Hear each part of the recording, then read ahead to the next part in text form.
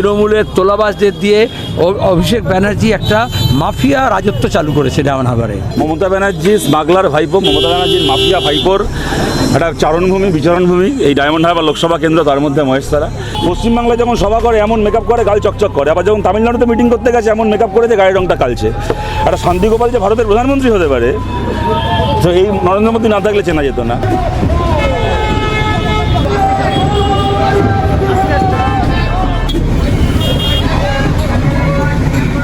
এখন আমি দেখছি বিজেপির সমস্ত নেতাগুলো এখানে আসছে, এসে সার্কাসের মতো করে, কেউ কাঁধে হাতে মাছ নিয়ে প্রচার করছে, কেউ বসে বসে মাছের কাঁটা ছাড়িয়ে মাছ খাচ্ছে। কেন বিজেপি আসলে পশ্চিমবাংলায় আমিষ বন্ধ হবে না, বাঙালিকে বোঝানোর জন্য। কেন যে রাজ্যে পশ্চিমবাংলায়, কেন অন্য ভারতের যে রাজ্যে বিজেপি এসছে সেই রাজ্যে কী হয়েছে আমরা জানি না। আমরাই ফেরাবো, কোনো 56 নয়, কোনো 356 নয়।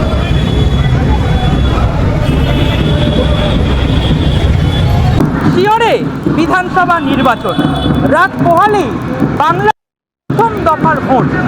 তার আগেই মহেশতলায় বামেদের রোড শোয়ে জনজোয়ার। বুধবার এই মহামিছিলে প্রায় 1000 খানেক মানুষের উপস্থিতি নজর কেড়েছে। মহেশতলা সিপিআইএম প্রার্থী সায়ন ব্যানার্জির সমর্থনে মহামিছিল করেন দলের কর্মীরা। হুটখোলা জিপে দলীয় প্রার্থীর পাশে ছিলেন সিপিএমের রাজ্য সম্পাদক তথা প্রবীণ নেতা মোহাম্মদ সেলিম ও সিপিআইএম নেতা শতরূপ ঘোষ। আমি আমার চিত্র সাংবাদিকের ছবিটা দেখাতে বলবো, দেখতে পাচ্ছি এই ক্যামেরা সেই ছবি। একেবারে হুট খোলা গাড়িতে করে কিন্তু মহেশতলা বিধানসভা কেন্দ্রের বামফ্রন্ট মনোনীত সিপিআইএম প্রার্থী সায়ন ব্যানার্জি যেমন রয়েছে, তেমন রয়েছেন কিন্তু প্রবীণ নেতা মোহাম্মদ সেলিম, এছাড়াও রয়েছে শতরূপ ঘোষ। একেবারে দেখতে পাচ্ছ মহেশতলায় কিন্তু লাল ঝান্ডার জনজোয়ারে পরিণত হয়েছে। একেবারে সেই ছবি দেখাচ্ছি। সব মিলিয়ে মহেশতলা বামেদের রোড শোয়ে জনজোয়ারের রহস্য যাই হোক না কেন, বিষয়টি ইতিমধ্যেই নজর কেড়েছে।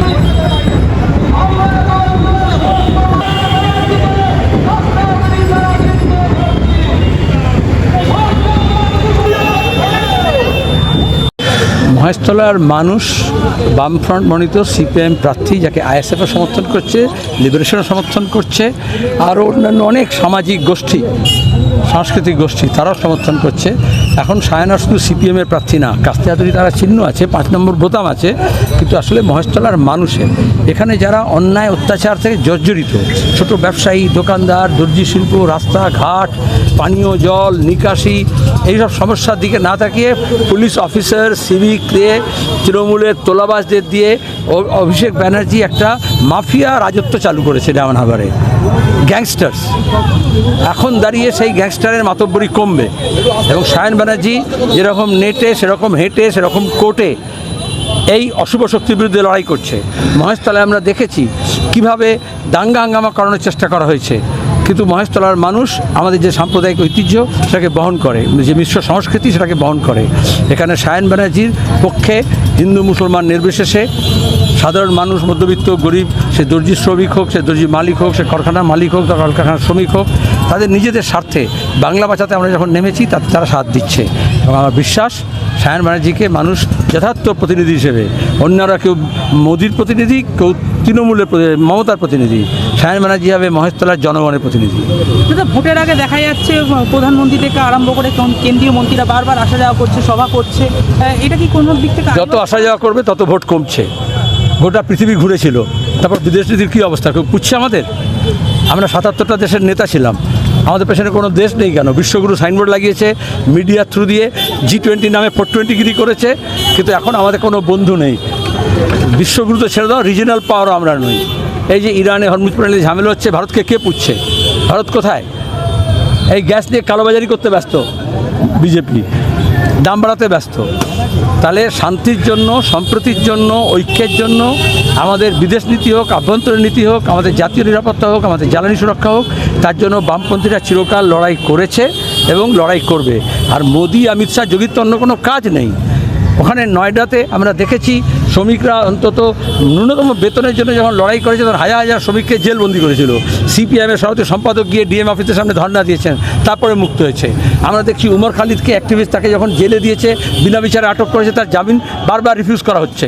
তাহলে গোটা দেশে যারা গণতন্ত্রকে শেষ করলো তারা পশ্চিমবঙ্গে গণতন্ত্র ফেরাবে? এ তো আমেরিকা যেরকম বলেছিল F-16 করে ইরাকে বোমা ফেলে গণতন্ত্র ফেরাবে, ওই রকম মোদি মনে করছে বা ইলেকশন কমিশন মনে করছে কেন্দ্রীয় বাহিনী নিয়ে এসে, পুলিশ নিয়ে এসে, মিলিটারি নিয়ে এসে এখানে গণতন্ত্র করবে। গণতন্ত্র তো প্রায় মানুষ জরুরি অবস্থার পরে পশ্চিমবাংলার মানুষ আধা ফ্যাসিবাদী সন্ত্রাসের বিরুদ্ধে মানুষ গণতন্ত্র ফিরিয়েছিল দেশে এবং রাজ্যে। আমরাই ফেরাবো, কোনো 56 নয়, কোনো 356 নয়। দাদা, ভোটের আগে একের পর এক দেখা যাচ্ছে ইডির হানা, এবং ভোট আসলেই এই জিনিসটা লক্ষ্য করা যায়, এবং দেখা যাচ্ছে নাকা চেকিংয়ে কোটি কোটি টাকা উদ্ধার হচ্ছে। সাপুরের ঝাঁপি কালো টাকা আজকে দেখা যাচ্ছে না, তাহলে এই যে কয়লা পাচার, গরু পাচার, পাথর বালি পাচার, সোনা পাচারের টাকা ভাইপো কোম্পানি বিদেশে পাঠাচ্ছে, বিজেপি জানে না? যে হাওয়ালা র্যাকেট দিয়ে অভিষেকের টাকা বিদেশে গেছে, সেই হাওয়ালা র্যাকেট দিয়ে, একই র্যাকেট দিয়ে বিজেপির টাকাও গেছে। দিল্লিতে মোদির লুট আর রাজ্যে দিল্লির লুট। আর এখন তামাশা করছে, সাপুরা যেরকম ঝাঁপি নিয়ে আসে সাপের খেলা দেখায়, ওরকম ইডি আর সিবিআইকে ঝাঁপি থেকে বার করে ভোটের আগে দেখাচ্ছে, তারপরে ভোট হয়ে গেলে খেল খতম, পয়সা হাজাম। আমরা বলেছি চিট ফান্ড থেকে আরম্ভ করে শিক্ষক নিয়োগের দুর্নীতি থেকে সমস্ত টাকা আমরা এই তৃণমূলের জোচ্চোরদের সমস্ত সম্পত্তি নিলাম করে গরিব মানুষের হক আর টাকা ফেরত দেবো। তবে আমরা মহেশতলায় 4 তারিখ লালাবির উঠছে, গোটা রাজ্যে উঠবে, তার সঙ্গে মহেশতল অবশ্যই।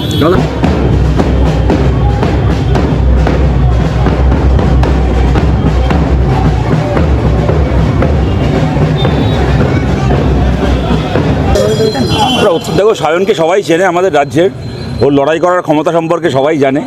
এই মহেশতলা কেন্দ্রটা মমতা ব্যানার্জি স্মাগলার ভাইপো, মমতা ব্যানার্জির মাফিয়া ভাইপোর একটা চারণভূমি, বিচরণভূমি। এই ডায়মন্ড হারবার লোকসভা কেন্দ্র, তার মধ্যে মহেশতলা। এইখান থেকে এমপি হয়ে গোটা বাংলায় একচ্ছত্র মাফিয়াতন্ত্র চালাচ্ছে অভিষেক ব্যানার্জি। এই মহেশতলায় পুরসভার ভোট হয় না, এই ডায়মন্ড হারবারের মধ্যে বাটানগর, এই আমাদের বজবজ পুরসভায় ভোট হয় না। গোটা বাংলা জুড়ে ওদের এই যে বিরোধী শূন্য গণতন্ত্রের মডেল, তার একেবারে আতুরঘর হচ্ছে এই ডায়মন্ড হারবার। এখানে মহেশতলায় সায়নের জেতা মানে এই মহেশতলা থেকে মমতা ব্যানার্জির ভাইপো শেষে শুরু হবে। দাদা, একদিকে দেখা যাচ্ছে প্রধানমন্ত্রী প্রচারে এসে বঙ্গে, সেখানে দেখা যাচ্ছে যেমন ঝালমুড়ি খাচ্ছে, তাকে আবার কপি করে দেখা যাচ্ছে মদন মিত্র, সে আবার ঝালমুড়ি বিক্রি করছে, মানে প্রচার চালাচ্ছে এইভাবে। আমরাও অবাক হচ্ছি, কেন প্রধানমন্ত্রী আসার দরকার কি আছে? প্রধানমন্ত্রী হয়ে প্রচার করার জন্য, প্রধানমন্ত্রী হয়ে সত্যি কেন মিথ্যে প্রচার করার জন্য তো বাংলায় এত লোক আছে, মিডিয়া আছে, সব আছে। এই তোমরাই তো ধরো, এই বাংলা হান্ট তো তোমরা কদিন আগে খবর করলে যে নাকি মোদি নাকি 10 টাকা পেট্রোলের, 10 টাকা ডিজেলের দাম কমেছে, তোমরা তো বড় করে খবর করেছিলে বাংলা হান্ট। এখন তুমি কিসে এসছো এখানে? না কিসে, বাইকে না গাড়িতে না কিসে করে এসছো? বাইকে তেল ভরো তো, তার মানে কত 10 টাকা কম রেটে 95 টাকায় পেট্রোল ভরছো বাইকে? তার মানে ভুল খবর করেছিলে তো, মিথ্যে প্রচার করেছিলে তো মোদির হয়ে। সুতরাং দরকারটা কি মোদির আসার? তো মিথ্যে প্রচার করার জন্য, ওদের মিথ্যে কথা বলার জন্য এখানে এত মিডিয়া আছে। এই যে বলছে নাকি ওরা নাকি পশ্চিমবাংলায় জিতলে নাকি সব অন্নপূর্ণা ভাণ্ডার করবে, 3000 টাকা করে মহিলাদেরকে মাস গেলে দেবে। ভারতের 20টা রাজ্যে বিজেপি সরকার চালায়। ভারতের 20টা রাজ্যের মধ্যে একটা রাজ্যের নাম বলো যেখানে মাস গেলে 300 টাকা দেওয়া হয় মহিলাদেরকে কোনো প্রকল্পে। ওদের যে মুখ্যমন্ত্রীগুলো আসছে, হেমন্ত বিশ্ব শর্মা, যোগী আদিত্যনাথ, আর ওই কে আসছে দেখলাম, ওই একটা ত্রিপুরার ওই ভদ্রলোকের নাম কি, মানিক সাহা। এই ওদের যে মুখ্যমন্ত্রীরা পশ্চিমবাংলায় প্রচারে আসছেন, বিজেপির মুখ্যমন্ত্রীরা, তারা পশ্চিমবাংলায় এসে বলছেন নাকি বাংলায় 3000 টাকা করে মহিলাদেরকে মাসে দেওয়া হবে। ওই মুখ্যমন্ত্রীরা, বিপ্লব দেব তো আগের প্রাক্তন মুখ্যমন্ত্রী, ওই মুখ্যমন্ত্রীরা কেউ নিজের রাজ্যে বিজেপির এই মুখ্যমন্ত্রীরা যারা বাংলায় প্রচারে আসছে, এই হেমন্ত বিশ্ব শর্মা, এই মানিক সাহা, এই যোগী আদিত্যনাথ, কেউ নিজের রাজ্যে দেয় মহিলাদেরকে মাস গেলে 300 টাকা করে কোনো স্কিম? সুতরাং এই সমস্ত ফালতু কথা বলার জন্য, মিথ্যে কথা বলার জন্য দেশের প্রধানমন্ত্রী আসছেন। তবে ভালো হলো মোদি না থাকলে, অর্থাৎ দেশের প্রধানমন্ত্রী নরেন্দ্র মোদী না হলে আমরা জানতেই পারতাম না যে প্রধানমন্ত্রীর পক্ষে এই ধরনের কাজ করা সম্ভব, এই ধরনের যাত্রা দলের আর্টিস্টের মতো কাজ করা সম্ভব। ওই আমাদের বাংলায় একজন প্রণম্য যাত্রাশিল্পী ছিলেন শান্তি গোপাল, বিভিন্ন যাত্রায় বিভিন্ন লোকের চরিত্র সাজতেন, কখনো লেনিন হয়ে যেতেন, কখনো গান্ধী হয়ে যেতেন, কখনো নেতাজি হয়ে যেতেন। হ্যাঁ, কেউ খুব ভালো সাজতে পারলে তাকে বলা হতো শান্তি গোপাল। ভারতের প্রধানমন্ত্রী এত বড় শান্তি গোপাল, পশ্চিমবাংলায় যখন সভা করে এমন মেকআপ করে গাল চকচক করে, আবার যখন তামিলনাড়ুতে মিটিং করতে গেছে এমন মেকআপ করে যে গায়ের রংটা কালছে। একটা শান্তি গোপাল যে ভারতের প্রধানমন্ত্রী হতে পারে, তো এই নরেন্দ্র মোদী না থাকলে চেনা যেত না। তো ভালো হলো এই সময় সার্কাস দেখছি ভোটের আগে। কি মনে হচ্ছে বিধানসভার ফলাফল? দেখো, আমি কোনো পলিটিক্যাল অ্যানালিস্ট নই, কিন্তু এইটুকু বলতে পারি, মানুষের কাছে আমরা আবেদন করছি, পশ্চিমবাংলার রাজনীতি কোন পথে চলেছে গত 15 বছর ধরে আপনারা দেখেছেন। তৃণমূল কংগ্রেস গরু চুরি, চাকরি চুরি থেকে শুরু করে পঞ্চায়েত, পুরসভা বিনা ভোটে দখল করা, ওই মডেলও দেখেছেন। আর তার বদলে যদি বিজেপি সরকারে আসে, অনেকে বলছে তার বদলে বিজেপিকে আনুন। দেখুন, আমাদের শরীর খারাপ হলে শরীরটাকে ঠিক করার জন্য আমরা ওষুধ খাই, শরীরটাকে শেষ করে দেওয়ার জন্য কেউ বিষ খাই না। আমার শরীর খারাপ হচ্ছে, আমি বিষ খেয়ে নিলাম, তা কেউ করি না, ওষুধ খেতে হয়। ওষুধ হচ্ছে বাম, আইএসএফ জোট, সিপিআইএমের লিবারেশন জোট, এটা হচ্ছে রোগের ওষুধ। আর বিজেপি হচ্ছে শরীরটাকে শেষ করে দেওয়ার বিষ। এই যে পশ্চিমবাংলায় তৃণমূলকে সরিয়ে বিজেপি আসলে গরু চুরি, চাকরি চুরি আর কয়লা পাচার এইগুলোর বিকল্প কি পশ্চিমবাংলায়? পশ্চিমবাংলায় হচ্ছে রোমিও স্কোয়াড বানিয়ে কোথায় ছেলেমেয়েরা প্রেম করছে পার্কের মধ্যে ঢুকিয়ে তাদেরকে পেটানো, শ্রাবণ মাসে তোমাকে নিরামিষ খেতে হবে, তোমাকে অমুক মাসে খালি পায়ে থাকতে হবে, এই ধরনের ফতোয়াবাজি। পাবলিক প্লেসে আমিষ বিক্রি করা যাবে না।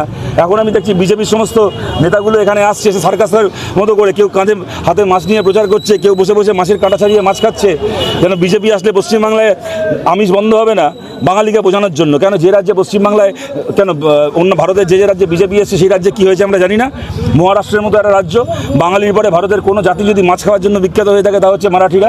আজকে বোম্বেতে যাও দেখি গোটা জুহু বিচে 350-এর উপর দোকান আছে, একটা দোকান দেখা হতো যেখানে আমিষ পাওয়া যায়। বিজেপির সরকার আসার পরে ফতোয়া দিয়ে বোম্বের জুহু বিচে, যারা আমাদের এই কথাগুলো শুনছেন তারা যারা বোম্বেতে গেছেন তারা জানেন, গোটা জুহু বিচে 350-এর উপর দোকান আছে। মারাঠিরা মাছ খাওয়ার জন্য বিখ্যাত ছিল, তখনও ভোটের আগে এই প্রচারটা হয়েছিল যে না না বিজেপি আসলে কি হবে, বাঙালিরা তো মাছ খাবেই, কোনো অসুবিধার কিছু নেই, মারাঠিরা তো মাছ খাবে, অসুবিধার কিছু নেই।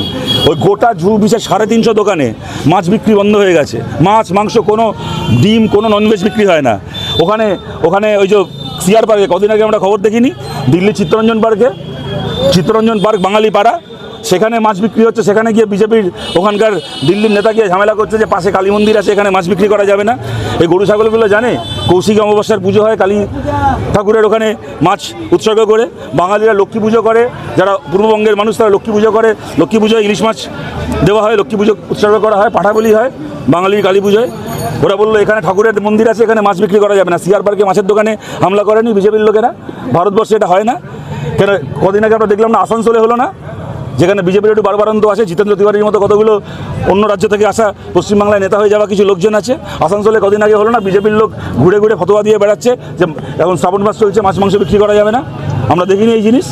সুতরাং আপনাদের কাছে বলছি যে তৃণমূল কংগ্রেসের বিকল্প কখনো বিজেপির এই অ্যান্টি রোমিও স্কোয়াড, বিজেপির ওই শ্রাবণ মাসে নিরামিষ খেতে হবে এই বাহিনী হতে পারে না। আমরা পশ্চিমবাংলা যে লিবারাল ডেমোক্রেসির পরিবেশে আমরা অভ্যস্ত। পশ্চিমবাংলা চিরকাল, পশ্চিমবাংলা এটা একটা সিপিএমের জন্য না, বামপন্থীদের জন্য নয়, পশ্চিমবাংলায় বেঙ্গল রেনেসার সময় থেকে 20 শতকের শুরুর দিক থেকে, রামমোহন বিদ্যাসাগরের সময় থেকে পশ্চিমবাংলায় যেটা খোলামেলা পরিবেশ আছে, মানুষের মেলামেশা করা, অবাধে মেলামেশা করা, নারী পুরুষের সমানাধিকার, উঁচু জাত নিচু জাতের ভেদাভেদ হবে না, সব ধর্মের মানুষ একসঙ্গে উৎসব আনন্দ করবে। বাংলার এই যে লিবারাল ডেমোক্রেসির পরিবেশ, বাংলার এই যেটা সহজিয়া সংস্কৃতি, এই সহজিয়া সংস্কৃতিকে রক্ষা করতে হবে উত্তর ভারতের ওই হিন্দুত্ববাদের ওই আগ্রাসনের হাত থেকে। মহেশতলা থেকে বিশ্বজিৎ নস্করের রিপোর্ট, বাংলা হাট।